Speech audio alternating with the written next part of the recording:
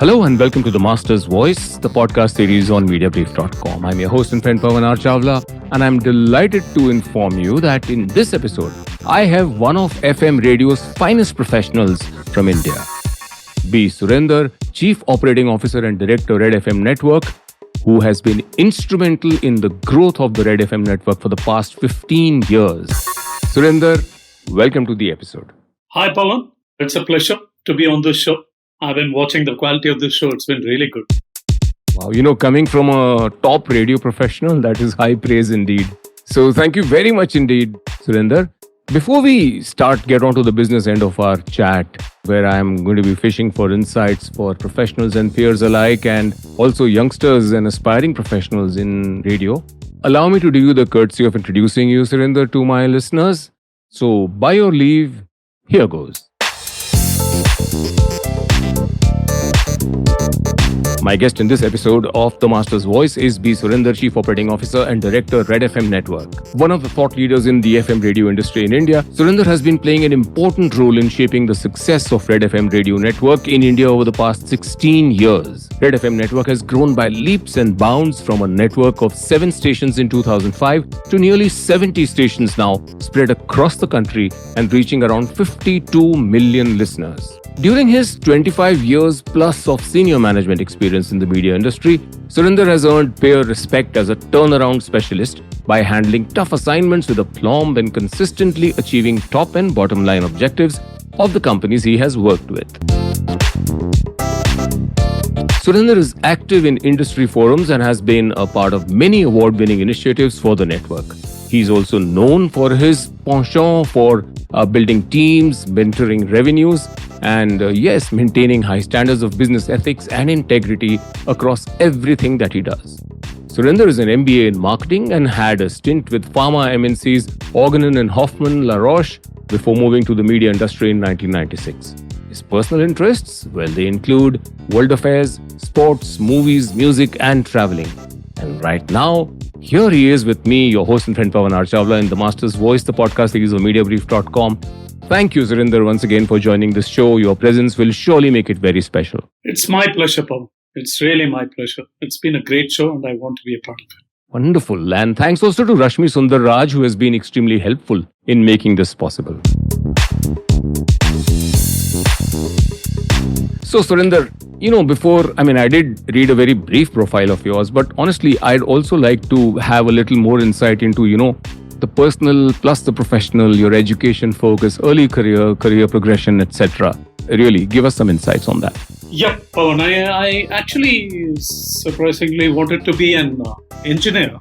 I think going by career prospects, at that time, I was aiming to be an engineer, and but ended up being a chemistry grad. More by chance rather than by choice, even though I did well in chemistry in graduation and probably won a few awards in chemistry as well as the best outgoing student. Somehow I didn't want to pursue my higher studies in chemistry. I thought my specialization was lying somewhere else. So I decided to go for work. I worked with 2 pharma MNCs, Hoffman La Roche and Organon, for around 4 to 5 years. Both are good original research companies who believed in a lot of training, not just induction training, but also in-depth product training and communication skills training. Particularly Hoffman La Roche gave a lot of excellent communication skills trainings. And I'm proud of that experience because the pharma multinationals had very high standards those days. And Roche was among the top of the giant MNCs from pharma industry.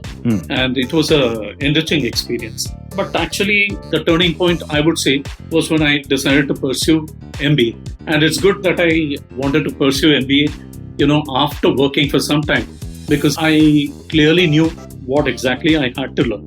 So great career to start with in pharma. What was the turning point for you? Turning point was deciding to do my MBA. The good thing is, after a few years of work ex, when you do an MBA, Pavan, you know very clearly what to learn and what are the practical implications. The applications part of learning. So I was very, very conscious of that, and I'm very happy I pursued MBA that way. not the usual typical university marks focused approach, but completely professional approach looking at applications. And MBA was a subject I learned when I did it, that this is a subject I wanted to do and wanted to pursue a career with. And one of the main learnings, Pavan, is the thing I learned that the main goal that I need to have in an organization is to optimize the wealth of the stakeholders or owners of the organization. I really thought once you do that, everything falls in place. There were other sub goals. I did want to do a few other things. I wanted to become a COO even at that time, and wanted to grow people working under me. But the main goal was to optimize wealth for the stakeholders of the company. I thought this put the whole thing in perspective for my career going forward. And what happened? Did radio happen immediately after you got out of the MBA Marketing Institute for a job in the market? Not really. I actually had 3-4 options, but ended up in media by choice. I really wanted to get into media, and that time it was the Indian Express Mumbai Group, and I had this opportunity in Bangalore where it could be the branch head there, and I picked up that opportunity, and I thought I did the right thing because media is such a exciting career. I mean, not a single boring day in your life.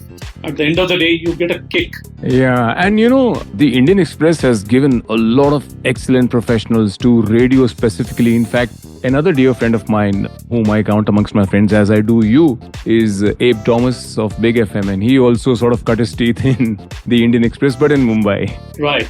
I worked in Express in South, and then I was sent to Delhi on an assignment. That time, Abe had left Express. Around the time I was leaving, I was sent to North.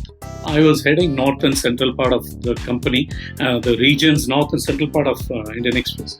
And that was a really good experience working, in close contact with not just the sales team and the business teams in a big city like Delhi. And I got Delhi at the right time when it was really growing big. And also working closely with reputed editors. I mean, Shekhar Gupta was not only the editor-in-chief, but also the group CEO that time. Yeah. And also Dr. Sanjay Baru was the editor of Financial Express. I used to work very closely with them when I was in Delhi. Excellent.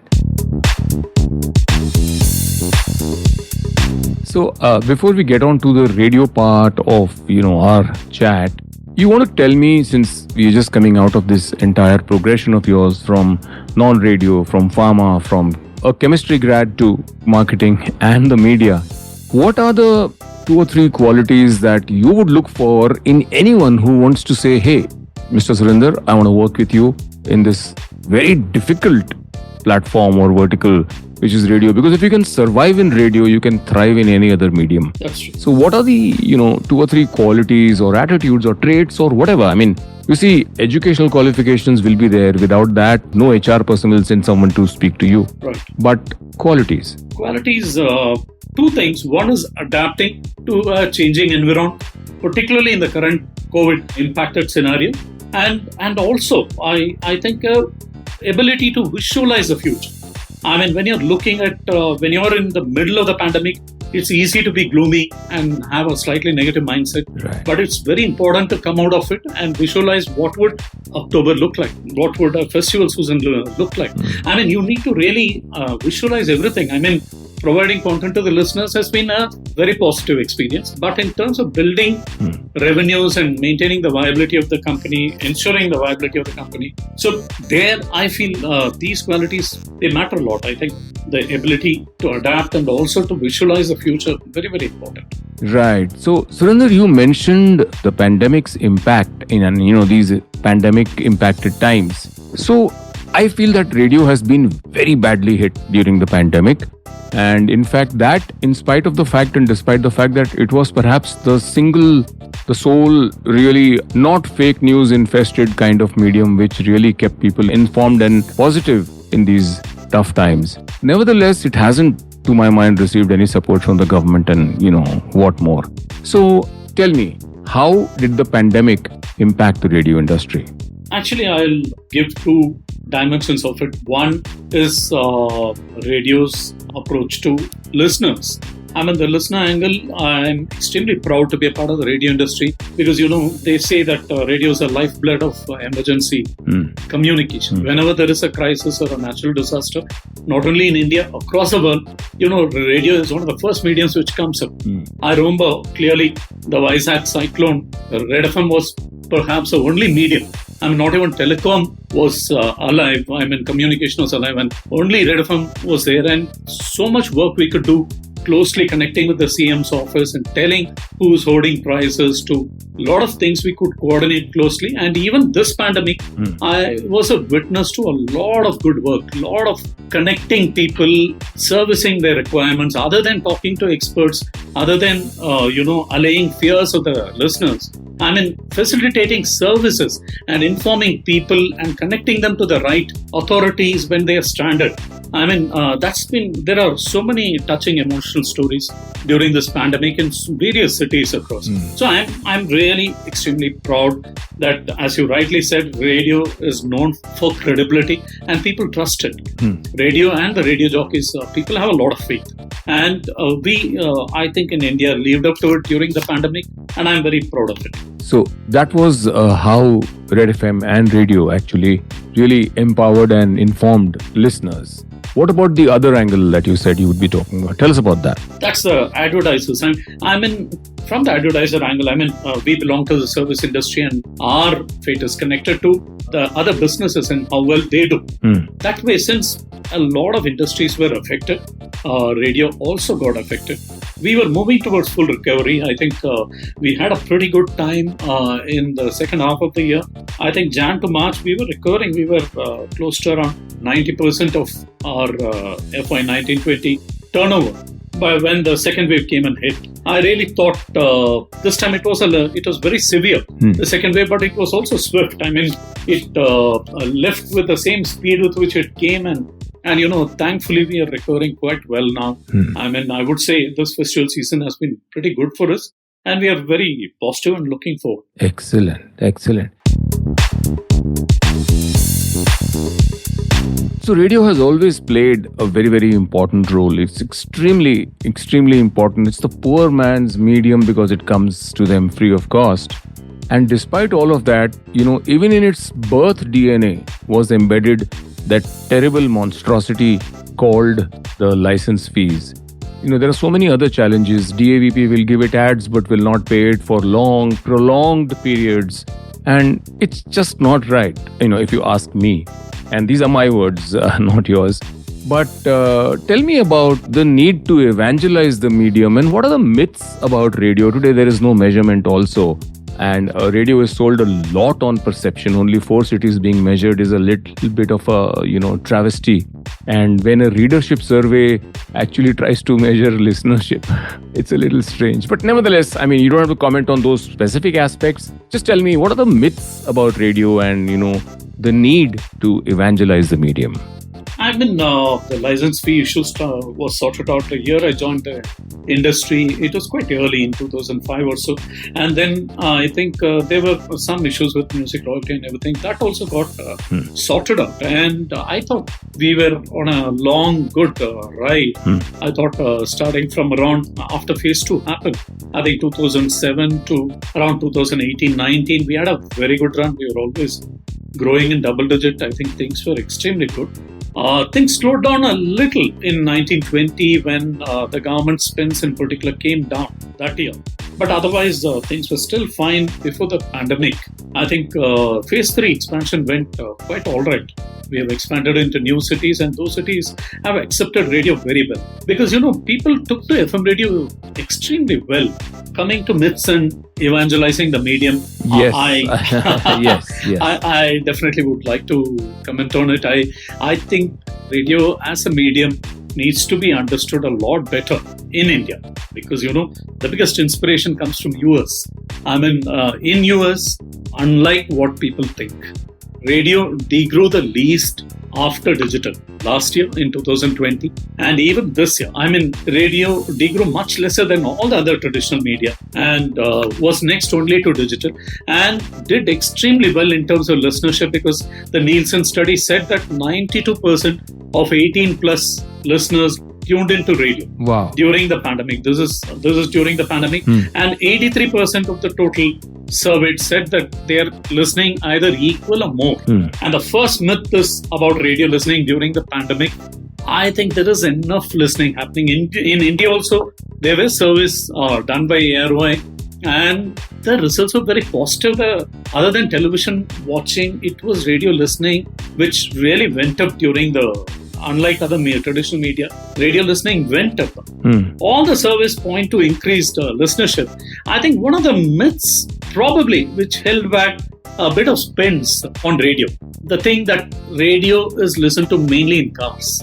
I think while car listenership is a very important part of radio listenership, it's not a very dominant part. I think at-home listenership has always been very high. And the majority of the listenership happens through mobile phones. And it can be at home, it can be outside, but at-home listenership is very dominant. And when we did the survey in India also, a little bit of car listenership had come down, like it had happened in US, and at-home listenership had gone up. And that doesn't mean the medium is not working, because the best of professionals were working from home. So the at-home listenership going up for radio is a very positive thing. I really thought it wasn't understood enough at that time. At the same time, I must add here that I don't have any hardware to listen to traditional radio FM broadcast at home. And I do believe that morning and evening drive prime segments are very, very big for advertising. So another problem area that I see, which is just a challenge for at home or on the go listening of radio, is that on most of today's smartphones, which are in the medium to high range, radio is not an embedded app. Of course, once the lockdown closes completely and ends and wheels come back, it will be fabulous growth, because already the off-wheel, off-drive listenership has gone up, revenues have gone up, as you've said. It is. But if only the industry could get together and go to all the smartphone operators. But then again, you have the streaming platforms and smartphone owner platforms which are offering things on pay-per-view or whatever S-word kind of music stuff. So it's a bit of a tussle, isn't it?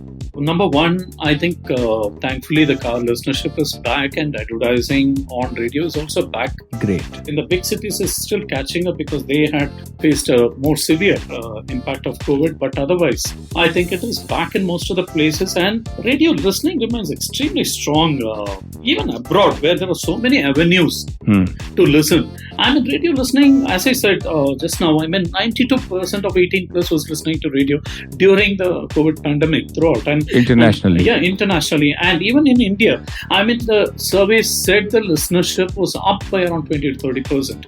So, there is no shortage of listenership, and it will be desirable if some of the higher end phones also have radio, and I'm sure as our association would definitely be interested in taking it up with some of the manufacturers, because the main thing here is the demand. The demand from listeners is extremely strong for FM radio. That hasn't come down by any chance. It's only going up, and it is about negotiating or making them understand the importance of doing it. Absolutely. I know you have the welfare of radio industry in mind when you're pointing this out, and I think we as an association of operators, we should take it up and make it an integral part of a radio handset. Absolutely. It's important to make radio an integral part of the mobile handset. So we'll try our best to do that. Yeah. Absolutely. More strength to you. And, AROI and Red FM has always been one of the leading channel radio networks, which has always worked very closely with AROI. I'm aware of that and tried to empower it and support it together with all the other leaders in the space. So that's great.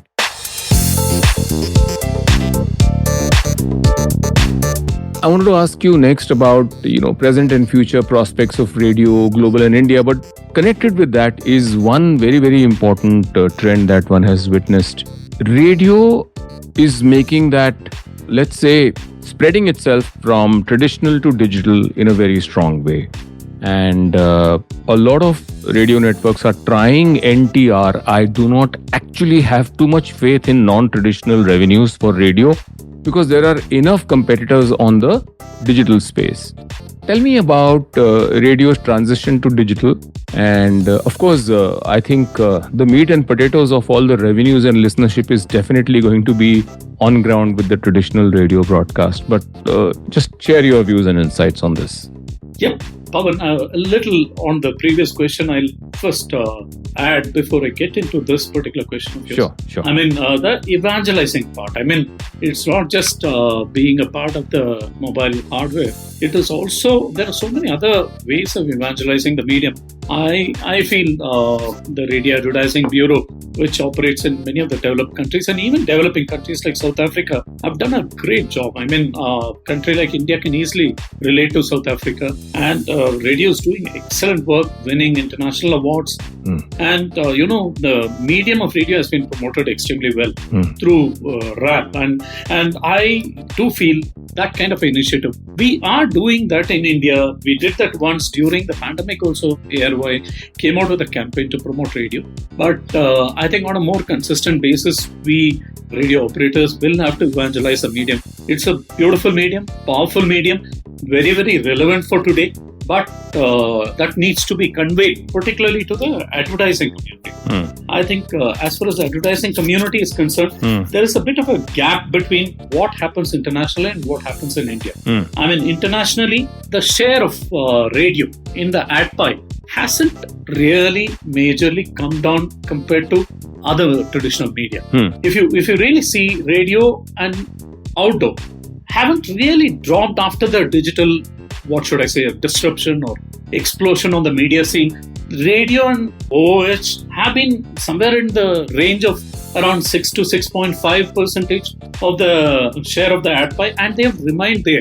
They have not really dropped substantially. Even if you see the latest studies, I was just checking the Dentsu Global, take on ad spend, the study on ad spends. And radio, even last year, had 5.7 when all other traditional media dropped much more. And in fact, this year, 2021, internationally, newspapers and OOH, both are supposed to get a lower share compared to radio. While radio is 5.7, they are slightly lower than radio.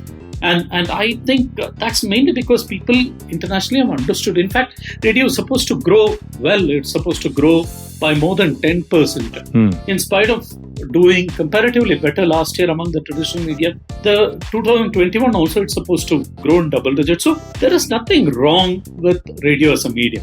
It has traditional radio, it has the digital part, it has podcasting. The overall audio environment is extremely positive, and I think there is a lot of potential for the future in India, where we have not really fully tapped the potential of radio. And particularly from an advertiser point of view, it can be tapped better. And evangelizing is a necessity, not an option. Absolutely. I agree with you. Nice, lot of details in that long reply, but very, very insightful. Thank you. I just want to also ask you, what about things like content? News is not allowed. You cannot actually do too much of syndicated or one center out content. And, there are so many limitations that are there on radio. So I'm going to ask you, when you talk about evangelizing, what are the 2 or 3 or 4 or 1 or whatever number of areas where you wish the government would support radio a little better? I feel you said it. I think government has already taken the first step of allowing us to take bulletins from AAR and use it on news and current affairs. I think the next logical step hopefully would be to allow us to do news and current affairs, I'm sure, in the shorter run rather than in the long run. That government would look at doing that. That will help the medium grow a lot more. And I think otherwise government has been doing its bit, I think, in supporting radio. A lot of operational hiccups have been sorted out by the government. But this one step could be of great use.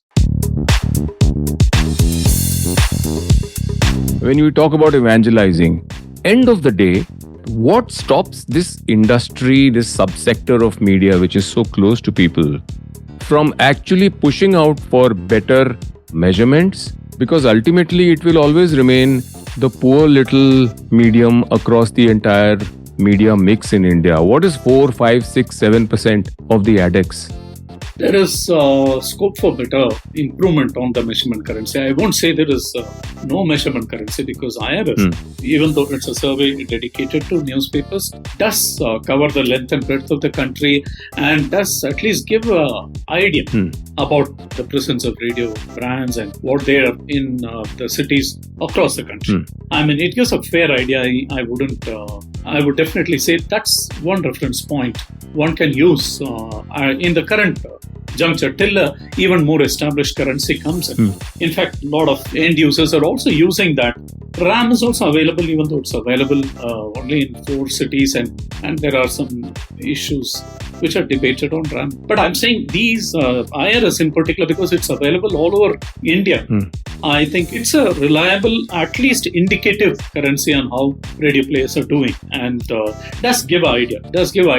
But a more in-depth idea would be obtained with a better measurement currency.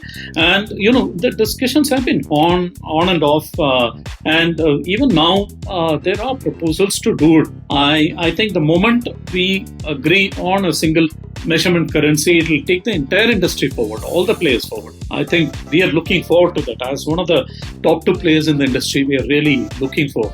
Excellent. And I sincerely hope you can drive the entire industry along with you to fruition on that very, very specific and extremely critical ask of measurement.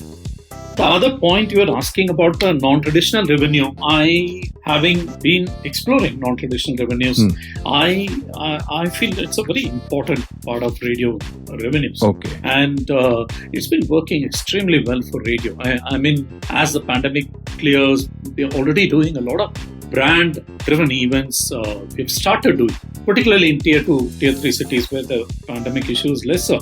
Of course, with all the precautions, we are trying to recognize, for example, we are trying to recognize the Red FM Business Brilliance Awards we are giving away to business heroes during the COVID pandemic in the last 1 year. And that's been received very well. We've already done it in 2 cities, and we plan to do it in more. Number one, radio brands have trust and credibility, and I feel we are well positioned to do that. Recognize and give awards for such excellence during a very, very critical period for the country when the economy was really longing for a recovery, and a lot of, not necessarily the big business houses alone, but even the small and medium businessmen have done a great job in putting the country's economy back on wheels. And that's one of the reasons radio industry has also recovered quicker from the second wave impact. And I really feel non-traditional revenues on ground is a very important part of it. And we do music awards, we do a variety of awards, and short film awards, a variety of awards, and a lot of other on-ground initiatives, and doing music concerts. All those are very, very allied to our core function of delivering music. It also improves our engagement with our listeners through various platforms, and it's been well received, whatever we have done, and I feel radio players should continue to do that. Right, that's on ground. What about digital? Digital has enormous potential. I mean, one is in cashing on our content. I mean, being active on digital platforms, starting with social media. I mean, you'll be surprised to know our Facebook pages. If I take Red FM Kannada or Red FM India, which is Hindi, Red FM Telugu, or Red FM Malayalam, or Surendar FM Tamil, I mean, they are all in the top 10 world radio pages. Wow. Competing with, in terms of engagement, competing with iHeartRadio and top brands. I mean, for the top 3 slots. Wonderful. Because we are really doing intense work on our social media pages, and there is content monetization involved there, and there is also audience engagement. The digital audience are obviously different from the radio audience, but we can synergize the whole thing, and we are doing a great job of engaging them. And there are other platforms. I mean, YouTube involves monetization and also reaching variety of content to our listeners. We don't think only radio, we think radio plus. We think beyond radio. It's already moved into a audio kind of a approach. and specialization on audio, and sometimes you even get into video. I mean, when we are on social media platforms in particular, we think a lot of video also. I tell radio jockeys many a times that, it's not enough to be only audio jockeys. I mean, they have to transform, and many of them have transformed into very good video jockeys as well. I mean, they have to be comfortable in front of the camera. So, a lot of variety of activities can be done on the digital platform. One is the social media pages, and a lot of other options are also available. Podcasting is really another area which is waiting to be explored. It's already grown well internationally, and we are definitely exploring it in India. I think it's got tremendous future potential. And collaborating with other audio streaming companies is also another option which radio players are pursuing, and there's a lot of potential there. While everybody knows about the video revolution, I think quietly there is an audio revolution. I think radio continues to do very well internationally and in India, and also podcasting to music streaming to a variety of other options, including the availability of smart speakers. A lot of audio options are coming forward. As audio specialists, I mean, we have a lot of scope to encash, not only coexist with the other platforms, but also encash on these opportunities as audio specialists, not only audio specialists, but also creative specialists. Yes, I wanted to come on the creative side of things. Look, I have just one little problem with the manner in which the format of the RJ Speak is sort of predetermined everywhere. It's like one template, 15 seconds, not more than that. Come, speak, and get the hell out and quickly have music, etc. What happened to conversations? Yeah, Pavan, I mean, it's usually not 15 seconds, and it's also not pre-recorded. Even during the pandemic, we made it a point to go live throughout.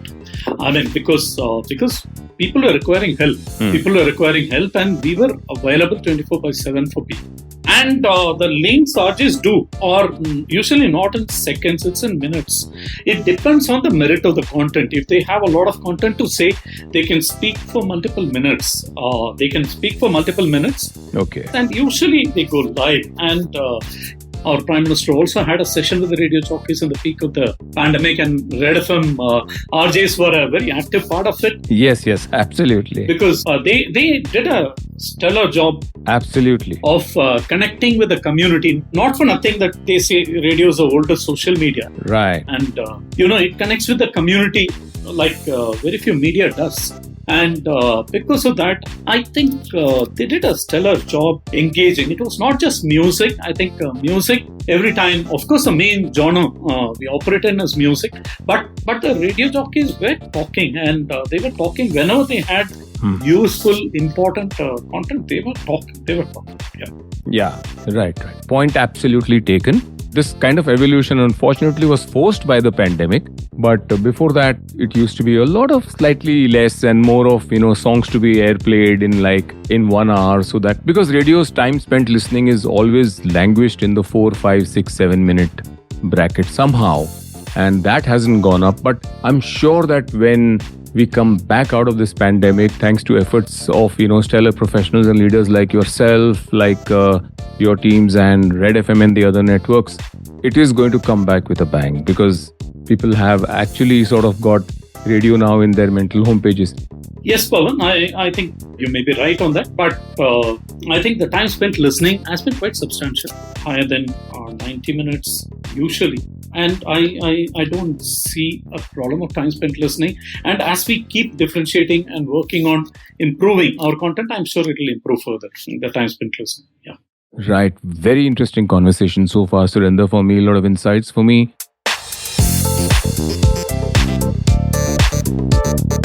My last question before we wind up is, you've had different phases of your career. In short, tell me, which of these phases of your career gave you, the maximum satisfaction? I guess it's going to be radio. Yeah, obviously. I mean, radio, very close to my heart. And, I feel, Pavan, I always tell that those who work at the radio industry, if they don't like it, they decide within the first 1 year. Because, if you don't have a passion for the medium, you can't work in radio. And usually people take a call within a year. But if they stay at least a year in radio, then they very rarely leave that quickly. I mean, it's a very engaging medium, very interesting medium, and never a dull moment. As such, I said the same about media itself. I mean, my days with print media was also very engaging and interesting. And radio has been, it's been 16 years now, and it's been most interesting. And I would say when the crisis comes, it becomes even more interesting for you. I mean, the current pandemic or the 2008 slowdown or even the 2001 slowdown. I mean, I take a lot of pride in the kind of work we do as professionals around this time to keep the head above water. Absolutely. Wonderful, wonderful, wonderful. Surendar, you're such a self-effacing person. I've never heard you use superlatives in anything, and you're more circumspect and understated than most people I know. But you've done so much of wonderful work, so much of evangelizing, so much of network building, capacity building. I mean, careers get involved and grown, added to, and really great value to society and to enterprise. So you've really had a wonderful 16 years now in radio, and I wish you all the very best. I hope that you continue doing this great work. So tell me about our conversation so far. I've enjoyed it. What did you think about our little chat? It was excellent. I mean, first of all, I've been tuning in frequently to your Master's Voice podcast series, and many of them you've been meeting a lot of people from a variety of industries, and I think the groundwork done, the detailing and the quality of the professionals met, I think gives a very good insight into those industries and into those companies. I really thought it was great, and that's one of the reasons I wanted to be on this. And this conversation, I mean, another important point is a kind of we require well wishers for radio industry, and you're one of them. I have no doubt, of course, no doubt about it. And we, as I said, evangelizing the medium, which hasn't realized its full potential yet in India, I think is very important. And professionals like you are also required to push the concept further. Thanks, Pavan. Thanks for this. You're most welcome, and thank you also to, once again, I must take the name Rashmi Sundarraj, who actually facilitated this whole thing. I must tell you this, though. You said you are someone who, I think you said you like radio, you support radio. I do. And that's why my episode series, this podcast series, is called The Master's Voice. Actually, it was about expert conversations with, peers and important leaders across. At the same time, it is also a throwback to my radio model way back when I was a kid. I used to listen to all the best songs with my dad on AIR. And that was HMV, his master's voice. So there's a bit of a meeting of radio both. Absolutely. Absolutely. So thank you very much indeed once again, Surendar. Oh, it's been my pleasure, Pavan. The Surendar, Chief Operating Officer and Director, Red FM Network, who has been instrumental in the growth of the network for the past 15 years now, in his 16th in radio alone, has been my distinguished guest on this episode of The Master's Voice on Mediabrief.com. Surendar is also someone I'm privileged to call a friend, and we seem to be kindred spirits in our love for radio and, all that he is doing with his entire brilliant team at Red FM. So that's all I have time for in this episode of The Master's Voice.